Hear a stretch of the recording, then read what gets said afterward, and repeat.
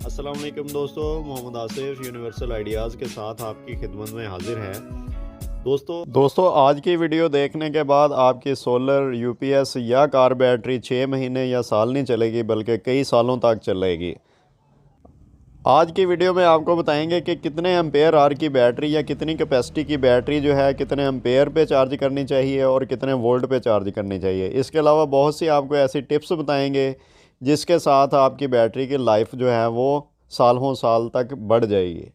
दोस्तों सबसे बड़ी गलती तो हम बैटरी के इंतखाब में ही कर लेते हैं। मसलन हम सोलर के लिए या यूपीएस के लिए अगर हम बैटरी लगाना चाहते हैं तो हम उसके लिए कार बैटरी ले आते हैं जो कि थोड़ी सस्ती तो होती है लेकिन वो इस मकसद के लिए नहीं बनी होती।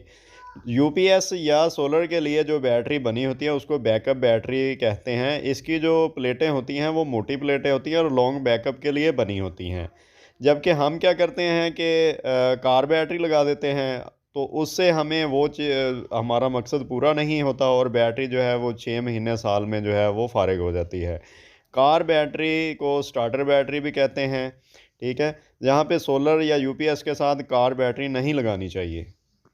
दोस्तों फ़र्ज़ किया हमने बैटरी का इंतखाब अच्छा कर लिया लेकिन जैसे ही सोलर इन्वर्टर या यूपीएस के साथ बैटरी को अटैच करते हैं तो हम उसकी सेटिंग जो है वो प्रॉपर तरीके से नहीं कर पाते। बाज़ औक़ात अनाड़ी इलेक्ट्रीशियंस जो है उनसे इंस्टॉलेशन करवा लेते हैं तो बैटरी जितने एम्पेयर से चार्ज करनी चाहिए उससे नहीं करते। आज की वीडियो में हम ये भी कोशिश करते हैं, जानते हैं कि कितने एम्पेयर की बैटरी कितने एम्पेयर से चार्ज करनी चाहिए। फ़र्ज़ किया हमारे पास एक बैटरी है 120 एम्पेयर की, ठीक है, 120 एम्पेयर आर, ठीक है, ये उसकी कैपेसिटी है। तो इसको कितने एम्पेयर पे जो है वो चार्ज करना चाहिए। दोस्तों कोई भी बैटरी है उसको जो है उसका जो 10% होता है उतने एम्पेयर पे चार्ज करना चाहिए, ठीक है। तो 120 एम्पेयर आर के जो बनते हैं वो तकरीबन इसको 10 पे डिवाइड कर दें तो ये बनेंगे 12 एम्पेयर, ठीक है।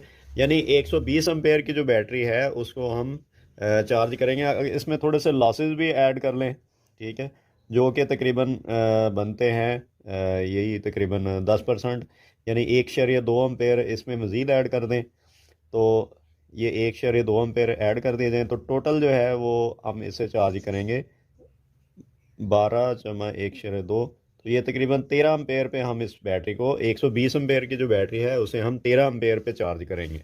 दोस्तों अब देखते हैं कि हमारे पास 120 एम्पेयर आर की बैटरी है तो उससे हम 13 एम्पेयर पे जो है वो चार्जिंग एम्पेयर जो है इसके वो 13 हैं, ठीक है।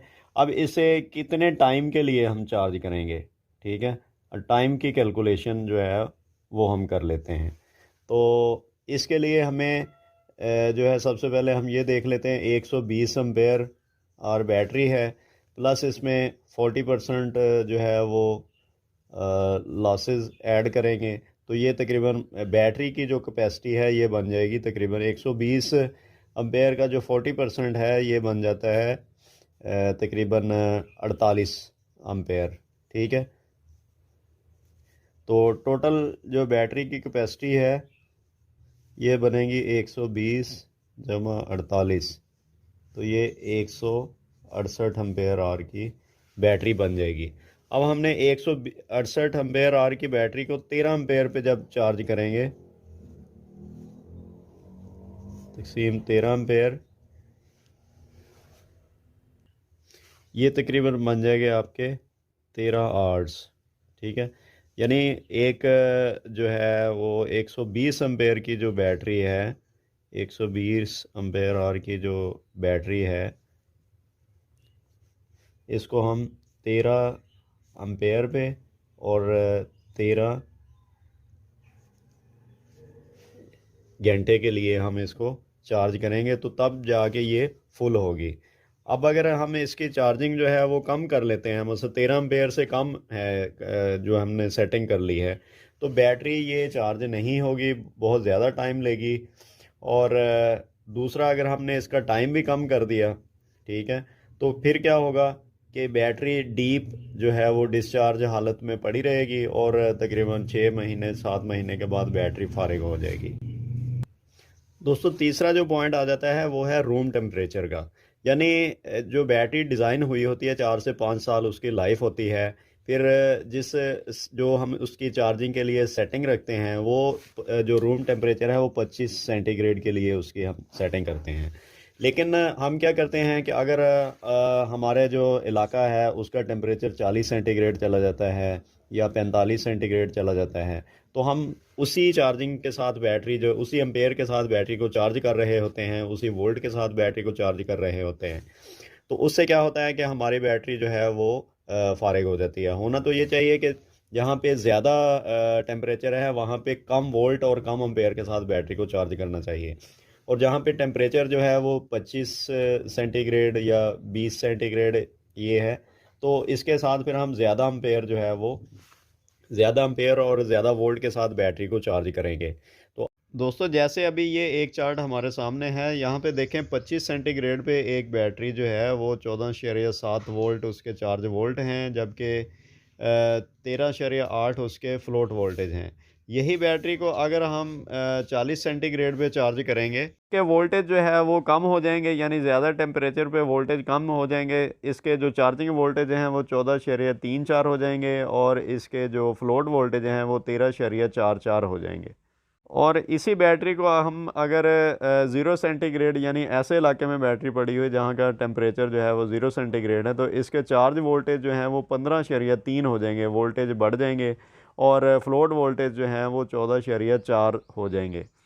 तो इस तरह टेम्परेचर जहाँ पे ज़्यादा टेम्परेचर होगा वोल्ट कम हो जाएंगे और कम टेम्परेचर पे वोल्टेज ज़्यादा पे चार्ज करेंगे। अगर ऐसा नहीं करेंगे तो बैटरी जो है वो फारिग हो सकती है।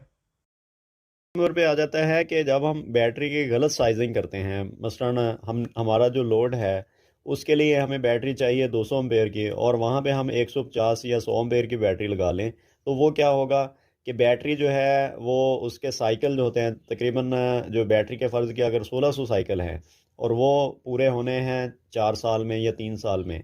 अब बैटरी का साइज़ कम होने की वजह से वो बैटरी अपने साइकिल जो है वो 6 में, साइकिल का मतलब होता है कि बैटरी एक दफ़ा फुल चार्ज होके फिर फुल डिस्चार्ज हो जाए तो उसको एक साइकिल बोलते हैं। जब हम छोटी बैटरी लगाएंगे तो उसके साइकिल जो है वो जल्दी पूरे हो जाएंगे। वही बैटरी जो 1.5 साल 2 साल चलने के काबिल होती है वो तकरीबन 5-6 महीने में फारिग हो जाएगी।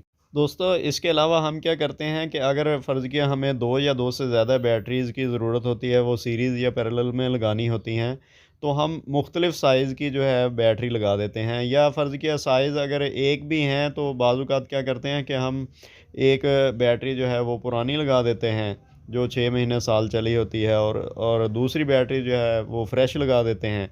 तो उससे बैटरीज़ की मिसमैचिंग आ जाती है। एक बैटरी फिर जल्दी चार्ज होगी, दूसरी देर से होगी, तो इस तरह बैटरीज़ जो हैं वो नाकारा बैटरीज़ नाकारा होने के साथ-साथ इससे जो है इन्वर्टर मुसलसल चार्जिंग करता रहता है और आपका बिजली का बिल भी जो है वो डबल हो जाता है या बिल ज़्यादा आना शुरू हो जाता है।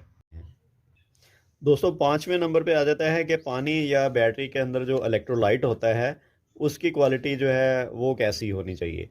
दोस्तों बहुत से दोस्त ये सोचते हैं कि बारिश का पानी जो है, जब बैटरी का पानी कम होता है तो बारिश का पानी डाल दिया जाए या एसी जो होता है इसका जो कंडेंसेट होता है उसको डाल दिया जाए। बहुत से दोस्तों आम टैप वाटर जो है वो बैटरी में डाल देते हैं, तो ऐसा कभी भी नहीं करना चाहिए। और एक और चीज़ है कि जब हम नई बैटरी लेके आते हैं तो बहुत से जो बैटरी प्रोवाइडर हैं या जो बैटरी के सप्लायर होते हैं उन्होंने अपनी शॉप के बाहर ही आम जो खुला टब में जो है पान इलेक्ट्रोलाइट जिसमें तेज़ाब और डिस्टिल्ड वाटर होता है, तो वो इसको ऐसे ही बाहर टब के अंदर जो है वो इलेक्ट्रोलाइट बना के रखते हैं और फिर जब हम नई बैटरी परचेज़ करते हैं तो वही जो है, क्योंकि ओपन पड़ा होता है उसमें मिट्टी धूल इस तरह की चीज़ें होती हैं, वही पानी वो बैटरी में डाल देते हैं या इलेक्ट्रोलाइट बैटरी में डाल देते हैं। तो उससे क्या होता है कि बैटरी अब वो नई बैटरी स्टार्ट में ही उसका बेड़ा गर्क हो जाता है। तो आपने ये कोशिश करनी है कि जहाँ से भी बैटरी लेनी है तो ये सबसे पहले इंश्योर करना है कि उन्होंने जो इलेक्ट्रोलाइट या बैटरी का पानी बना के रखा हुआ है जिसमें तेज़ाब और पानी मिक्स होता है वो उन्होंने सेफ़ रखा हो, उसमें कोई मिट्टी धूल ये ना हो, या कम अज़ कम वो कंपनी से जो है बैटरी फील्ड हो के है। दोस्तों वीडियो को लाइक और चैनल को सब्सक्राइब लाजमी कीजिएगा। इसके साथ ही इजाज़त चाहता हूँ। अल्लाह हाफिज़।